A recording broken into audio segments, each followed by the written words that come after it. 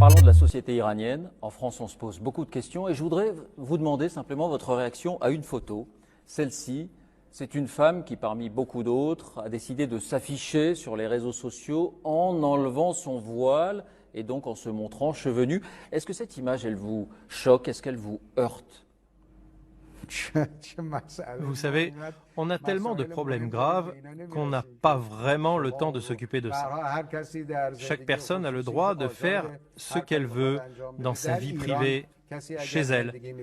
En Iran, toute personne doit respecter les lois et si quelqu'un est à l'extérieur de l'Iran, alors...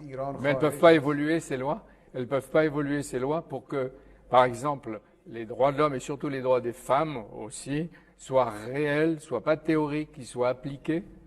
Et par exemple, l'histoire du voile dont parle David, beaucoup de pays musulmans, que ce soit la Turquie, l'Égypte, la Tunisie, le Maroc, les femmes ne portent pas. Est-ce qu'on peut imaginer qu'un jour il y ait cette évolution-là dans votre pays, puisque vous êtes un réformateur?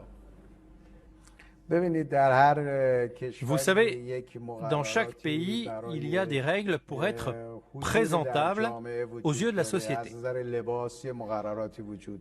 y a des règles vestimentaires, que ce soit pour les femmes ou pour les hommes. Et moi, en tant que législateur, je suis là pour faire respecter la loi de mon pays. Et cette loi, ce sont les représentants du peuple, les députés qui les ont définis.